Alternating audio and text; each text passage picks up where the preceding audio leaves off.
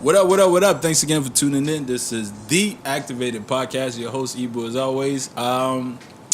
Today, I just want to set things up for everybody else listening out there. I know last week I wasn't able to put an episode. I was going through my own shit. But this week, I'm giving y'all an episode from a remote location. And I do got somebody, I want to say special. Look like she got a lot of insight to give us today. But I want to set it up before we start. Okay, so I was doing research. I usually don't do research. I just wing it. But today I was like, you know what? First time meeting somebody from south of the border, I got to represent for Toronto and Canada. I'm doing it for my country, right?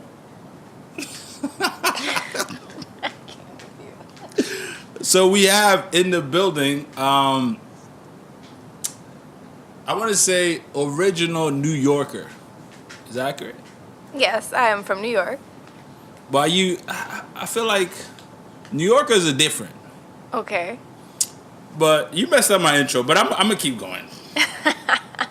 Original New Yorker blogger. Mm-hmm. Teacher. Mm-hmm. But we got Danica in the building. Round of applause. Thank you for coming. No problem. Thank you for having me. To give an intro to the people listening, of course, I want to start from the very beginning. Okay. If you could let us know. See, in Canada, whenever you meet somebody, you be like, "Yo, what's your background?" Because everybody comes from a different place. I know it's a little different when you're in the U.S. Well, actually, when you're in New York, at least in New York, Right. I can't speak about Austin. Right. But in New York, it's the same. You walk up to a person, it's like, "Yo, where you from?" You may have been born in the United States, but we Right. also like, "No, what's your background?" type Oh. of thing. So And it's funny enough because in Toronto, they always refer to Toronto as like a little New York kind of thing. I see it sometimes, but obviously it's way smaller scale than New York is. But it is weird that when you do ask somebody, they'll be like, "Oh no, but I'm American." Like nobody tells you what their background. So what is your background? I'm half Dominican, half Salvadorian. Shit. Are you? I was about to say, are you Spanish? Oh man. For the longest time, I thought Spanish was just it was. Anybody who speaks Spanish? So just to clarify things, Spanish is the language. Spanish is the language. It's not where people. But why did they refer to people as Spanish? Do you know, or is this me? Well, because if you are from Spain, then you're Spanish. Do you speak Spanish? I do. Is it the same as being from, like, if you went to Spain today, could you communicate with them with no issues? More or less. There are issues, but more or less they understand me.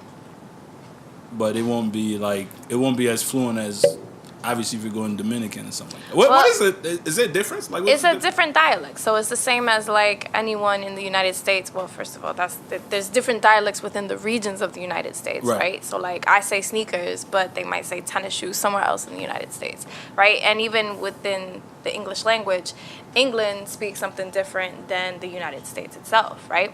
Okay. So it's the same idea where, like, Spain, they use different words to mean something like the same thing. Yeah.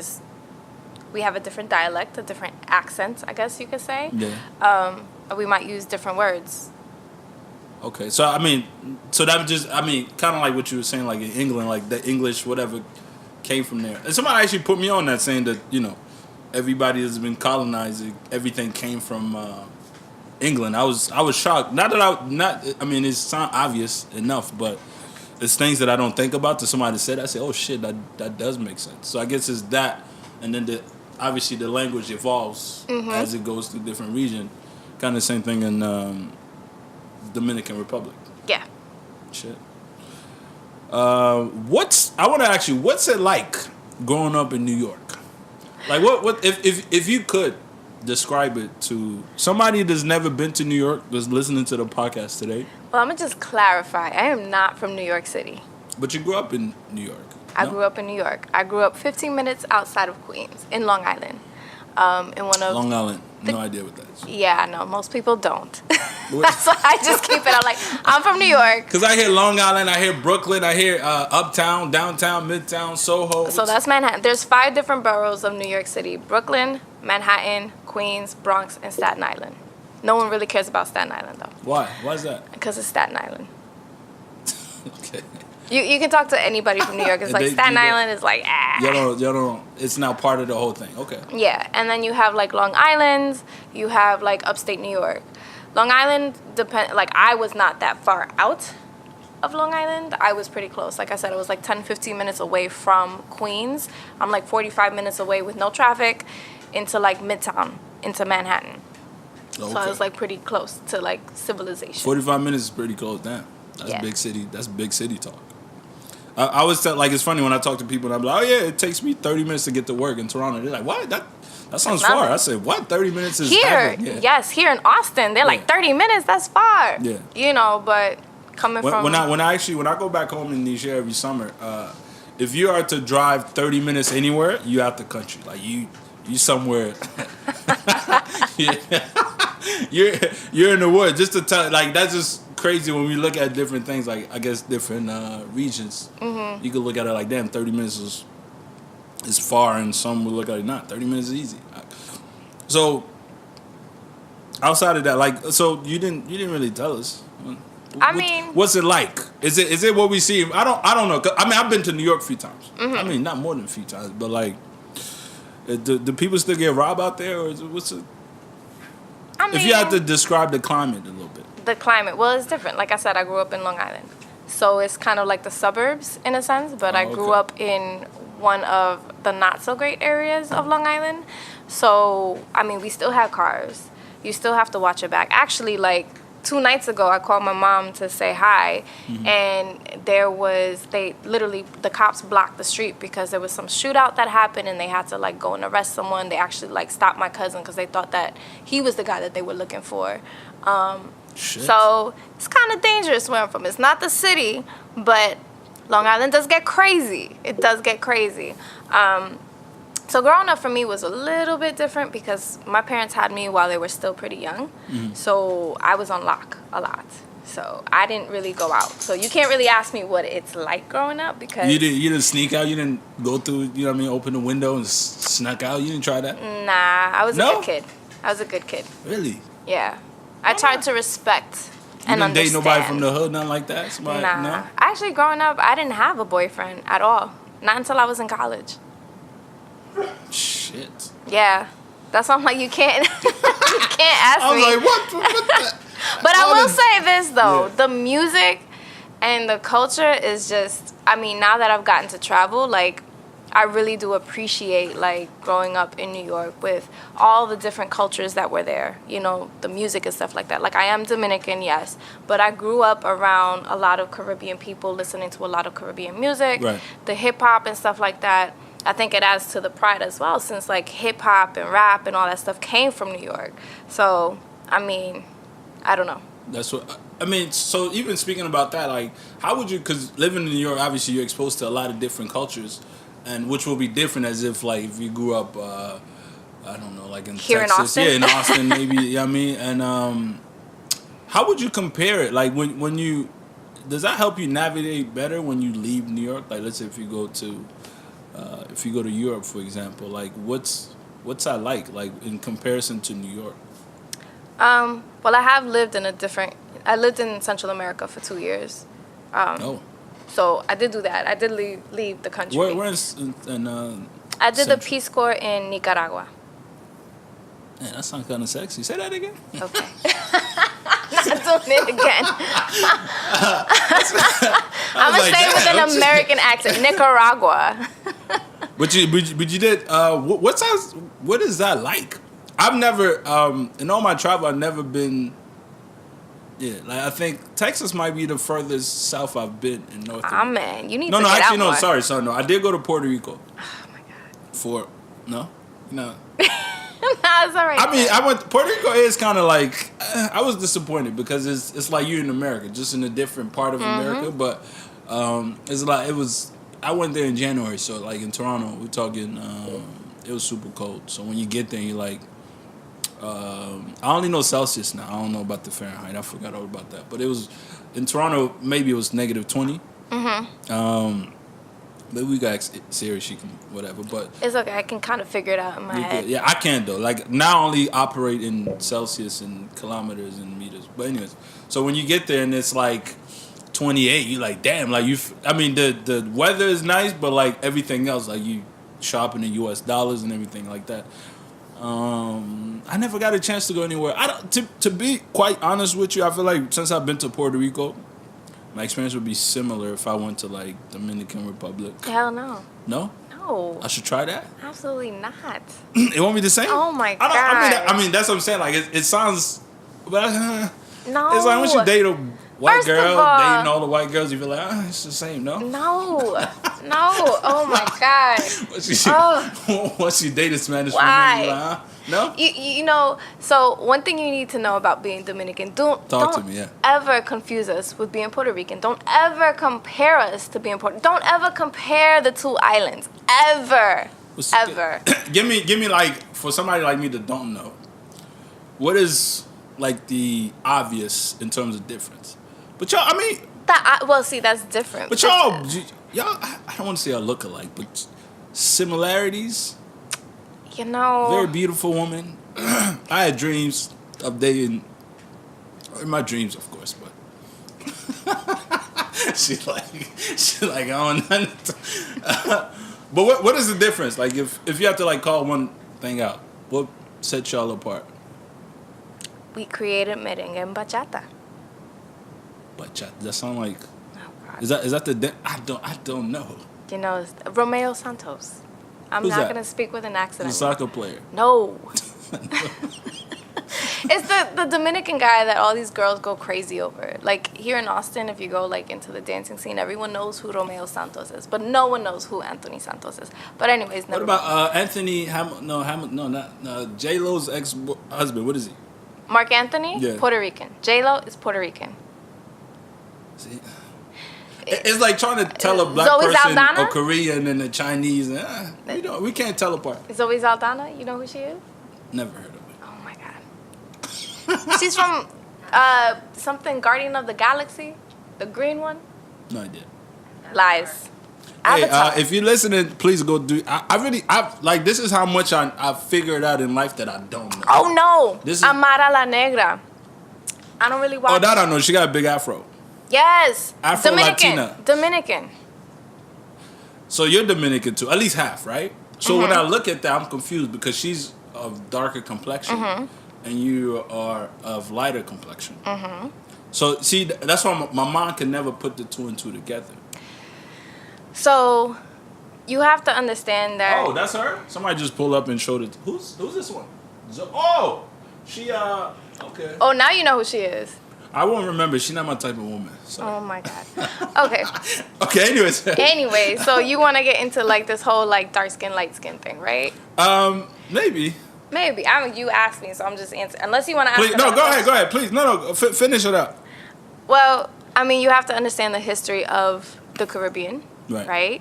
The Caribbean in general is just very mixed, especially the Spanish Caribbean. You have, they did drop off slaves in the Dominican Republic and other Spanish Caribbean islands.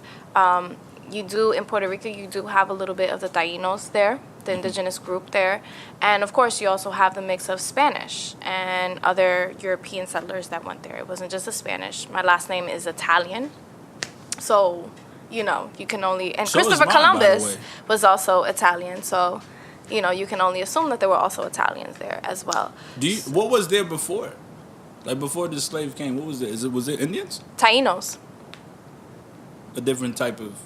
Indigenous people, yeah. Okay. I mean, actually, like I said, like being in Toronto is nobody really even, like people claim the city, they claim everything else, but like everybody do come from different places, which sometimes it almost messes up my vision or even my way of thinking, because when I get to places like Austin and I go out and it's white, I'd be like, damn, like I can't remember ever seeing this many white people in one place, so I'd be thrown off a little bit, but and that's why I was kind of asking you about like when you travel, and obviously being in New York, that exposed you to a lot of different cultures. Hence, like you were able to maybe navigate a little bit better when you would travel to places. What is the most interesting place that you've traveled to? I've been to India. I've been to Thailand. You've been to India. I've been to Spain. Best place. I can't. I mean, Thailand. Everybody's on the new Thailand wave. Yeah. Do you have a airplane emoji in your bio? I do not. Oh, okay. I do not. You safe. See, do you know what that means? When you know what it means. Yeah. Okay. Yeah. No, I think you like to travel a lot, right? That's what it means. You like a jet it usually setter? means that people fly you out a lot. You're an escort. I fly myself. Yeah. See, that's how you do. I don't have people. I handle myself. Which I mean, we appreciate women like you. I think you were asking me about New York. The favorite place that you travel. Sorry, Okay. I kind of cut you off. You did. Sorry. Please continue. Sorry. So yes, not favorite place I travel. I'm gonna go back to the first question about being from New York and diversity and if it's helping. There you go. Yeah, Hey, I'm man, gonna help you out. I'm the most professional, unprofessional. No, you're good. You're good. Please go ahead. No, I think it has helped me a little bit. Just be more open-minded, and be more, I guess, willing to learn about other cultures. Being that I have been around other cultures and just seeing, like, you know, this is how people act because this is part of, like, what they do or what they've learned and things like that. Maneuvering, I mean, there's white people everywhere, you know. Colonizers take over everything, you know. You got it, like, they run. I know I sound like a racist right now, but I mean, it's the truth. Like, in any field, it's really them who really, you know, run things and say things. Even in education, you know, people of color don't really have a say in education when most of the times it's our own kids who are suffering and who are not really getting the best, I don't know, like, hand of education. So in any place, you know, for me, it's not about, like, maneuvering around in a different place. It's still this European or Western way of thinking and Western way of doing things that still dominates wherever I go. So, yeah, it helps me to learn about other people and to deal with other people. But there's still this Western way of doing things. Even living in Nicaragua and being in the Peace Corps, you know, I was one of the very few women of color in the Peace Corps. I was also one of the very few women who were actually, what's the word I'm looking for? It's late, I'm tired. Qualified to do what I did. Okay. You know, I was a TEFL, which stands for Teaching English as a Foreign Language, volunteer. And so my job was to train teachers. Out of the 20 of us, I think it was like 19 or 20 of us, there were 3 or 4 of us who were actual teachers and who had credentials. I was the one with the most years of experience and a master's degree, you know? And even then, when I worked with the teachers who were from Nicaragua, a lot of times they would prefer to go in and talk to the white volunteers who were fresh out of college. Didn't have a lot of experience. They're like, oh, yeah. You know, it's like this Western way of thinking. They would prefer to do whatever it was that, you know, the people who looked American were doing, you know? And it took a while for me to gain any kind of, like, validity or respect from these people, you know? It took me actually getting to know them and just being real and being down to earth and being like, yeah, I've been a teacher. Yeah, I have a master's degree. Yeah, I've been where you've been. Yeah, guess what? My school when I was growing up was falling apart. Like, I'm from New York City. My kids don't do well either. And we have a lot of issues in our school system. Just being real with them. I think for me, I built a special bond with those teachers because of that. But it took time, you know, because I didn't look like the rest of the volunteers. Right. You know, so I feel like I'm going off on a tangent. No, you. I mean, to piggyback off of that, our see, my brain is trained to say Spanish woman. Latina. are Latinas also looked at as like color? I guess is color like because when I think of color, I think of black. Right? For me, right? But do you are Latinas also considered in that bucket? Like, does that also apply to? Because for me personally, when I look at you, I would just go, "Oh, she's white." I mean, my brain's just a little weird, right? Because like to me, it's like it's three different kinds. It's like either you're Asian, you're white, or you're black. Until we really get into the details of things, and I'd be like, But if I would have seen you, I never thought you were Latina. I thought, oh, she's white, curly hair, cool. But I just now you're making people think that I'm like white. I'm actually kind of tan, Yeah, she is. I'm don't really worry, not fellas. that, I'll throw in her Instagram. Y'all can go. Y'all can go in. But it's that. Like, did you were they able to like tell you apart from everybody else? Like, okay, she's Latina, so she's like fall into that colored. So that's really, really interesting. That's actually a conversation that I have with a lot of my friends. So I identify as Afro-Latina. I am of the lighter complexion, but so to give a little bit more background, my father is Dominican.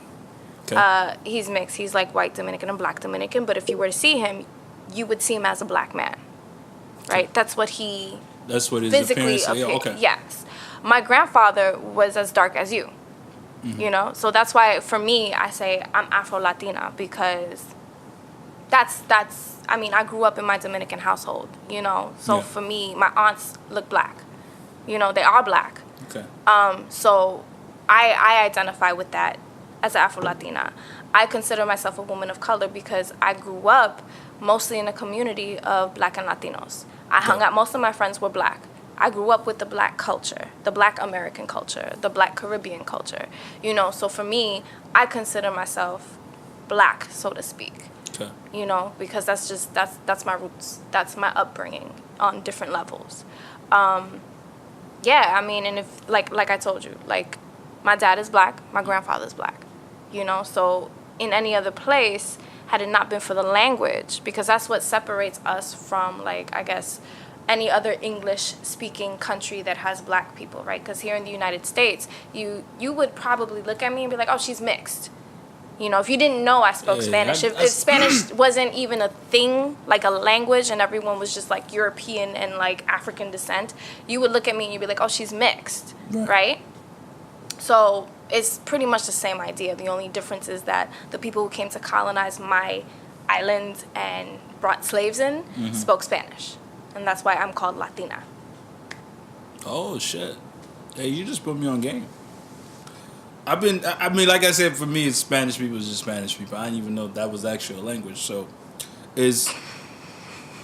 I don't want to sound like I don't want to talk about. I didn't know, but, growing up, like, I grew up in Maryland. So, we just, oh, she's Spanish. Oh, that's a Spanish chick. Like, that's just what we refer to as. And that's what I grew up with, that mindset. So now I gotta like remember that, oh no, these people actually Latinos. And it is a little bit more intricate because not all Latinos can be considered black, right? Because there are some who do pass as white. If you come here to Texas, most of the Mexicans may not even identify with. I was just about to ask you, what do Spanish people, I said Spanish what do they speak in Mexico?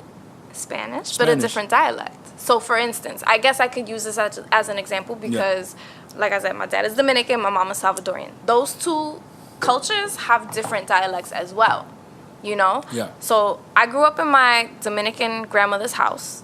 She taught me Dominican Spanish. I ate Dominican food. Then my mother would bring me over to go and see her family, right? So, for instance, the word for beans in Dominican dialect is habichuela. For Salvadorians is frijoles. So I remember this one day, I went to my Salvadorian grandmother and I said, hi, abuela, can I have some, rice and beans, right? Arroz con habichuela. She's like, habichuela? What's that? I'm like, that right there. She's like, no, those are frijoles. So I'm like, oh, okay. I'm a little confused because I've been calling them habichuela, but it's called frijoles. Damn rice and beans, okay? Okay, yeah. So I'm like, all right, frijoles in my mind. Frijoles, that's what those are called. All right. I go to my Dominican grandmother. She's making rice and beans. I'm like, oh, yes, you're making arroz con frijoles. She looked at me. She's like, no, those are called habichuelas. I will not, like, I was so confused. I looked at my mom. I was like, what the hell are these things called? Like, which one is the word, right? And she's like, no, it's okay. It's just that in one place they call it one thing and in the other they call it the other. So, that's the dialect. That's the difference. I think that's answering your question. No, I mean, I always refer back to like I get what you're saying now. Everything is a lot clearer. That's why I love this thing. You know what I mean? I come up here and not claiming to know much and having my mind open to really receive the information, because for the longest time, I figured out that I thought I knew things, not because I've actually researched it, but just because growing up, this is what I would hear. So I never took the initiative of actually like, hey man, you should really check up on this thing and go really figure it out, where it comes from, what it means and things like that. And you've been around, like I'm saying, like I always associated Spanish people or Latinas. It's gonna take me a little minute, but it's okay. I always thought, okay, we understand each other because we got the same struggle as black people, right? Like we are the minority, especially in the United States. Mm-hmm. So like, yeah, of course we got things in common. Like you would go to one of my good friends growing up. Her name is Ana. She was Latina and she's from El Salvador. Okay. And I think I one time I went back to Maryland and she actually allowed me to stay at her crib, and I was there for maybe a week. So I kind of like navigating through her household. Like I was like, damn, this is similar to what my household is, but different looking people. But it's kind of like the same tradition, like the way the mom and the dad interact with the kids and things like that. And I mean, shout out to you. I know she listens to the podcast. So now, like, for me, I'm just trying to understand, like, okay, like, how do we, the way that we, we kind of, like, see things the same, like, where does that come from? If that makes sense. Like, I think it has to do culturally, because in New York, when you look at the quote-unquote hood, and I grew up in the hood, one of the many hoods of Long Island, so not New York City, but still one of the hoods how's of Long Island now? Like, is it still, they still, oh, you did say somebody got shot last week. It depends on the areas. Like, yeah. If anyone knows about Long Island, you know about Hempstead, you know about Westbury, you know about Uniondale, you know about Roosevelt. Those are the places in Nassau County that you don't want to go in. Shit. I'm scared now. You don't need to be scared. Hempstead's the worst. That you need to be scared of. But, no, like, we actually grow up together, and I think that's the difference. Whereas here, what I'm seeing, like in Texas, there is a huge disconnect between the black, like even as a teacher, I see it within my black students and my Latino students. They don't actually live in the same communities, you know? It's a little but it's like separated. Like I noticed that. They have their own, Yeah, whereas like in New York, it's like, no, we all grew up in the same area. We all deal with the same things. Latinos and blacks were in the same. So for me, at least, like I said, growing up, my friends were all black, mostly black. And if you were Hispanic, for the most part, you were probably family. Right. So, we just identify with each other. We grew up in the same struggle. We see the same struggles. We see those things. Yeah. So, I mean, I can't speak for every Latino in New York, but I can speak for myself and my own experience. Okay. So, also, I mean, in the intro, I might have fucked that up, but she is a teacher. And one of the things that I wanted to ask you was, because you taught, where did you start teaching? You started teaching in the United States? Yes. First time, in New York? I was a teacher in Brooklyn. Damn. For about, yeah. I taught in Brooklyn. I love Brooklyn. How was that? Is it? Man. I mean, as soon as I say you taught in Brooklyn, you should have seen her face. It just lit up. Because I love Brooklyn. Is that the best in everywhere? Because you also taught in Nicaragua. I can't see that. As soon as I say that, you should know. I won't say it as good as her, so I won't even try. And if you had to, what is the difference? Because I know a lot of times, even in Toronto, a lot of people, I mean, I don't know if it was for you, but sometimes they struggle to find a job there, or at least a consistent one. So they'll go teach in England, or I had a friend go to Dubai and teach for a little bit. What was that like for you, coming from having taught in New York and having to go to a whole different country, a whole different environment?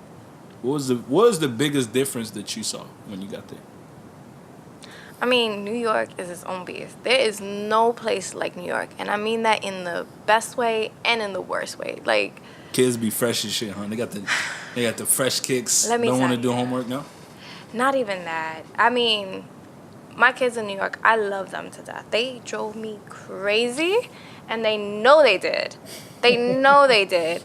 But I still have a special love for them. Like, yo, I have kids in my head right now that I'm like, I wanted to What's kill the worst them. thing a kid did? If we just have to throw a story out there for some of us. Threw a desk at me. A whole desk. Yeah. Was he angry at you? Yes. Because I was... Were you scared? Nah. I just looked at him and I was like, are you serious?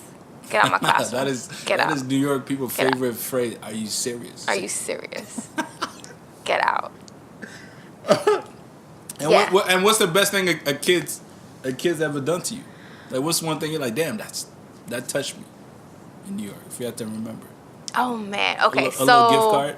Last year I taught in the Bronx. That was the first and only year I taught in the Bronx. But my kids, we had like teacher appreciation week or something like that, and they had to write me like this letter.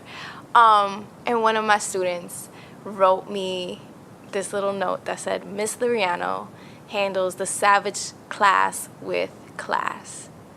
And I was just like, yo, that's so dope, because your class is freaking crazy. You literally had a fight in that class. I'm trying to break it up, and you throw a textbook at my face. And I still was just like, all right, cool. You just threw a textbook at my face. You might have PTSD, to be honest with you, teaching in the Bronx. I'm good. But I was able to joke about it. So it's just like, it's you know, like... It touched your heart. It did. I mean, they touch my heart every day, so... Now that we're talking about that, like... I had a conversation with one of my good friends.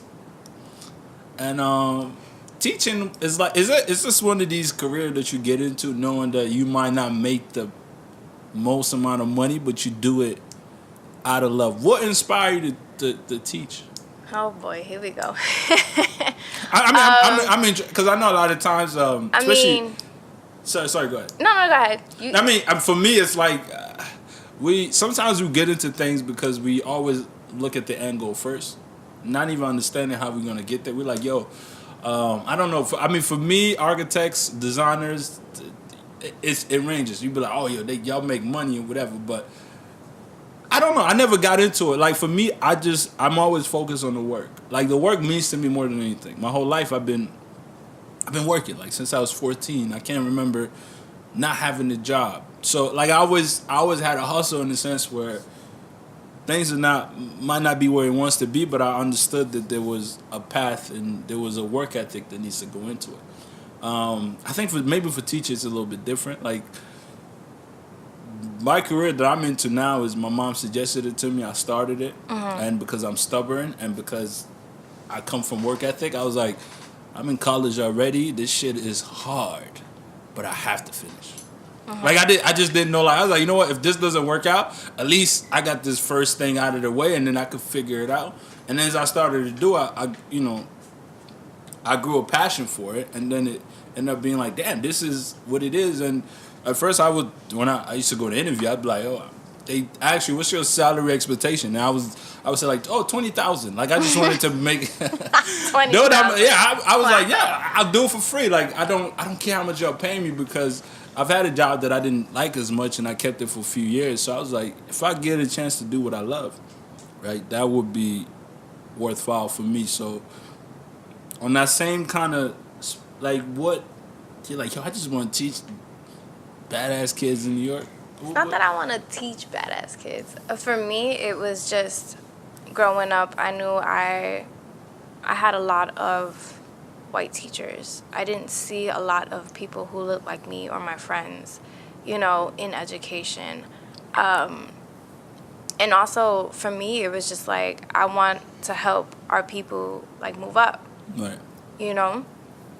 So being an educator, I always knew I wanted to work with high school students, with that kind of age group. Mm-hmm. You know, at first I thought I wanted to be a psychologist, but I'm like, it's a little crazy. I don't want to deal with crazy people. But my sophomore year of college, I took this African history course at Temple University. I love Temple University. Yes. Was it African course you said? African history. Okay. I fell in love with the class, and, you know, I'm sitting there studying one day and realizing, like, wow, I am studying like a teacher, like as if I were teaching myself. And I realized, I'm like, I really have a passion for history, you know, and I know I like working with kids and I want to work with kids. So why don't I just, like, be a history teacher? Like, I love history. I'm good at it. Like, it just comes naturally to me. So why not do it? And I did it. And, you know, I did it mostly because I know what learning history did for me, especially those courses that I never learned about African history. I never learned about Caribbean history growing up in high school or in middle school, you know?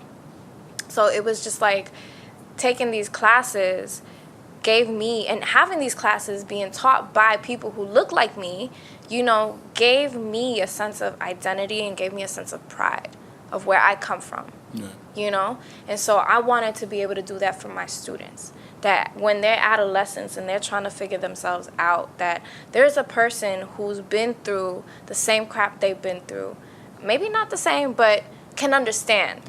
Can understand the struggles that they're going through every single day just to get to school, you know, and who can show them, like, yo, you may be going through your stuff, but you can make it. You got to be strong. You got to be tough. You know, this is going to be life. You know, other people out there, they going to have mommy and daddy pay for college. But you and me, we going to be working. We got to work. We're going to be working 35, 40 hours a week, still showing up to class, being the front in the class, yawning in front of the professor, being like, my bad, professor, but he still know you. He still know you, and he going to help you. You know what I'm saying? Because they know your struggle. You know, it's not easy for us, you know? So being able to be there and then teaching them about history and teaching them so that it empowers them, you know? Like, that's why I became a teacher. Like, it's really to help make a change in society. It's to empower my students. It's to, you know, make them be the change for tomorrow. I tell them every time, first, you know, the beginning of the year, I'm like, y'all are my minions. I'm going to be someone, I'm going to be your leader. When I get up there one day, you know, I'm going to be that person. I'm going to be that revolutionary just making changes. And y'all going to be like, that was my teacher. I love her. I'm going to follow her. I'm like, yes, y'all are my minions. I'm just building y'all up right now. And we always remember that one teacher that, I don't remember none of my teachers' names, unfortunately, but I do remember the ones that, I don't know, I never got teachers to motivate me, because I think teacher understood that I was, I don't want to say smart, but they kind of, like, I was a class clown in many ways, but I did the work. What my friends didn't understand is we do make jokes in class, but I still had A's because I was scared to get my ass whooped. So, naturally I'm a clown. Like, whatever. I tell jokes, we'll laugh, and then I will understand, like, okay, shit. Like, she said that. If she says it again, it's a wrap. She gonna call my house. My parents, they work 3 jobs. They ain't got time to come up here and figure. Okay, miss, cool. What you need? You need an essay? Okay, can I get one more day? And I would do the work. Now, being a teacher and knowing that you might not make the most money in the thing and is strictly driven because you're passionate about it. Why do you think that teachers don't get? Why did you do that? Why did you smirk? Did I say something wrong? I do it because I don't get paid a lot, please. Maybe it's because... No, I mean, like... but... maybe that's... I misworded that. But I'm saying, like, in terms of... Let's say, for example, if you're an engineer, you come out, you're going to make the least, like, $70,000, $60,000. Right? Yeah. Mm-hmm. When as in, you know... or maybe more, whatever. But as a teacher, you know that they're going to kind of like... They're going to start you at some bullshit. I personally don't even know, but let's say, whatever. I don't know. 30,000, whatever. I've heard, like, depending even where you live, like, the most you might make is 30,000, 40,000 your whole time, and whatever else. Why do you think teachers don't get paid as much as, I don't know, an engineer? Because I think you guys are the... Because our society doesn't value education, and you can see that even in the quality of the education that we give. But we always say go to college. Would that fall into... I mean, I would even argue that college is a better education than high school and middle school and the stuff that you get. Yeah. Like, even as a teacher, like, unfortunately, like, I'm so bogged down with standardized tests and the expectations from, you know, my higher ups. It's like, I can't really teach the way I've always wanted to, you know, not the way that's meaningful, you know. But our society does not value education the way it should. Just a false. I mean, because we hear all the time, like, go to school. When somebody graduates, they put it on Instagram, 500 likes. Somebody, you know, and you know what I mean? Like, I think we value it in words, but not in how we follow up with the actions behind it. Because I can't say, you know, it's like dating somebody, oh, I love you. But then I always do shit to piss you off. Hey, babe, but I do love you. But I'm saying it, but I'm not really putting money. I think maybe it's also the fact that education has now become, at least in this society, I can't speak about elsewhere, but at least in this society, it has become a business. I can say that. You know, you know, schools get funding based off of how many kids you get to pass a test or how many kids you get to graduate. You know, so... I don't know. I just feel like, you know, where are we headed? Your hands are tied a little bit. Like, hands are tied. It's like we need the money in order to support our kids, right? And here's the other question is, where's that money going? So there's definitely corruption, or there's just definitely stuff happening. Like, where's that money going to sometimes? But yeah, we need the money to get resources that we need to teach our kids, right? But in order to get those resources, we need to prove that we've got numbers, that we're doing the right thing. It doesn't make sense, right? Because it's like we're not reaching those goals. That's clearly why we need these resources. To get us there. To get us there, right? So it happens sometimes when people fudge. I mean, I can't tell you how many times in the 8 years that I've been an educator where someone's like, this kid is failing. Can we get them to pass? Yeah. Like... So you just gotta give them what is it to pass? It's 60? It's 60, right? 70, depending on the school. It could be 60. At least in New York, it's like 65 to pass. Depending if you're in a charter school, it's 70. It just all depends on the school and the situation. I mean, when I went to a school in Maryland, it's 50 to pass. When I got to Toronto, it's 60. When I was in high school, 55 is failing. You needed to get at least a 65 to pass, but the lowest that they could give you was a 55 because at least the next quarter you could get like a 70 and then you'd pass for the semester. Really? No, yes. 50 is all you needed. And then I got to Canada and it was 60. Damn. Yeah, it was 60. I was like, damn, I gotta give it 10 more %. Not that like I had those issues anyways, but that's could we all get together as Latinas and Latinos and black people and make our own schools? Is that a possibility? You know, there are people out there who think that the answer is literally educating our own people, but I find that I don't know that that's necessarily the answer.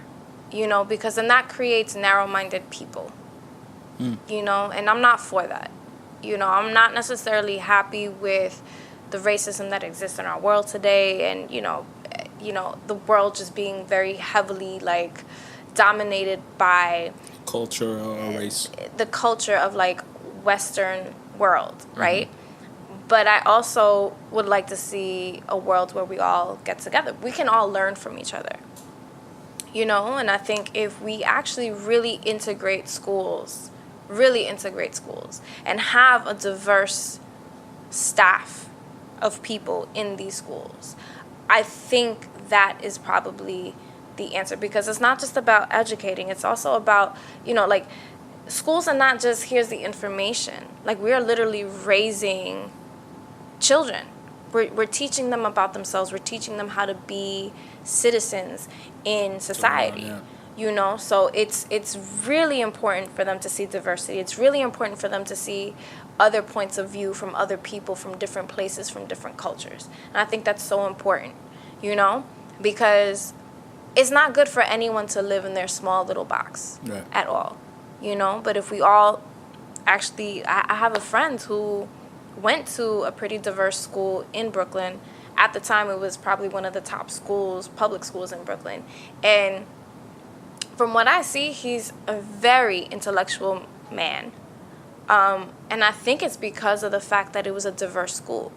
They had blacks, they had Chinese, they had white, they had everything in there. Yeah. And he has friends from all over, like backgrounds, they're from all over the place, you know? That's amazing. Yeah, and I mean, for me, that's what I would love for my kids. You know, that they are open-minded, that they have learned from different cultures, that they learn from different people just in general, you know? I think that's what's really needed, but I also feel like our education system, the people who run, you know, the politics side of education for our country, they're not diverse.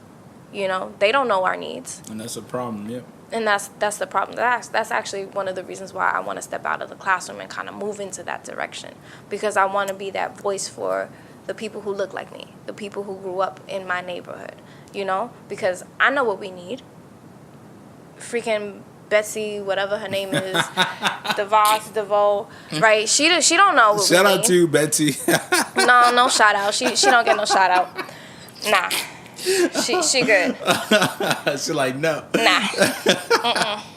You know, like those people who are making the laws and creating these expectations of teachers and schools, they don't understand what we need. Yeah. They don't. Talking about we need to give our parents choices and charter schools are the answer. That's not the answer. That is not going to fix the problem. You don't create another option. There is no other. I work for a charter school, but I don't believe in charter schools. What is the difference? Now that you're talking about charter school, what is the difference between charter school and regular public school? A charter school is basically like a blend of private and public school, right? It's public in a sense that the students don't have to pay for it, but it's private in the sense that someone else is paying for it. Okay. Because we get funding. People donate and things like that. So a charter school is that, so they kind of have the freedom to do some things that maybe a traditional public school wouldn't be able to do, but we still have to follow certain guidelines from the state. Oh, okay. I didn't know that. Yeah. But I just want to make sure I make this clear. Please. I am not for charters because I said it, so I have to make sure it's because I work for one, so I got to make sure they understand where I'm coming from. I am not for charter schools because I believe that public schools should be of quality. Like our public education should be of quality, and we shouldn't need another option. It should just be the best for our kids, for any kid. Like I went to a public school. I turned out okay, right? I mean, I did too. I hope so. I went to a Catholic school. I'm getting a wave of the hand up. Maybe not. No, that means that's our shake. That's the shake. I don't know. Maybe we'll save that for another conversation. Now, I want to transition into today. I spent the day reading your blog. Oh man! So you were the person who hit me up with like 118 views. Oh yeah, that was me. I was like, listen, what is going on? I subscribed, right? I read most of it. Oh man! And which started off as because we met, but in the club, whatever. We met in the, we didn't really get a chance to talk. It was brief, 2 hours, whatever. We both was drunk, whatever. And then so I go back, and then I was like, let me just read upon the person, not to just so I get a sense. So I started off reading with the first blog that I read was the one about gun control, how you don't think that arming teachers is necessary, which I want to come back to. Okay. And then I went into travels. That's when I found out you went to come on, help Nicaragua. me. There you go. There you go. That's when I seen that, and I was like, oh, okay, that's amazing. And then I went into the one about the relationship, which I also got questions for you about. And I was like, damn, like that's. I wrote that years ago. Really? I have no. You don't know what remember. It is? Don't worry, I'll remind you. Okay. I did my homework. I know. So now, yeah, and you got your drink a drink. So maybe you'll tell me more secrets. Yes, this concludes part one of the Not So Simple Life podcast. Thanks everybody if you've been listening to this point. I really appreciate it. Please do make sure to come back next week to get the second half of the podcast. It was too amazing and I didn't want to chop anything up, so I'm gonna give it to y'all full-fledged.